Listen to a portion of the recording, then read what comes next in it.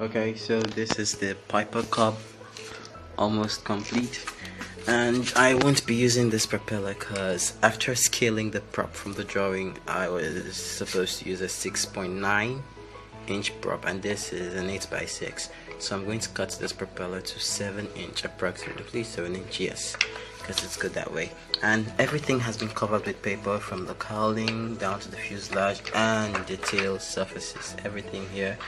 And I just installed the elevator servo today, and I'm still going to cover this place with paper so it's clean. And I was having troubles, heating problems in here, the batteries and the ESC, and I had to convert that hatch for accessing the wires into a vent, and I put this cover here to direct the air inwards. The little vent I made in here to cool everything there, it's not enough. And coming to the wings, you can see the servo motors, everything installed. It has also been covered with paper, and this little wire here is for another servo mounted on top of the wings. Yes, it's an awkward mounting though, but I did this because I was trying to bring the CG forward so I don't have to add lead or too much lead at the nose to bring the CG where it's supposed to be. And my control mechanism is for the rudder is a pull system. This servo controls the rudder actually, and you can see the strings attached to copper wires. It makes it adjustable so you don't have to keep tightening the strings all the time.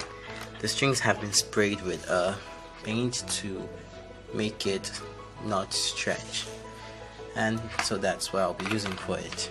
So there I've connected the servo wires and the ESC wire to the receiver. I'm using an R6B receiver and an FST2B controller. So let's see how everything works. So that's the battery installed way into the cockpit area. So everything has been connected, and I cannot have low batteries on my transmitter, but let's just do a quick setup. Throttle is on kill, but it still works, so killing it, so it doesn't work again. Now on the rudder there, you can see it really works, and the ailerons, you can see them, and then the elevator.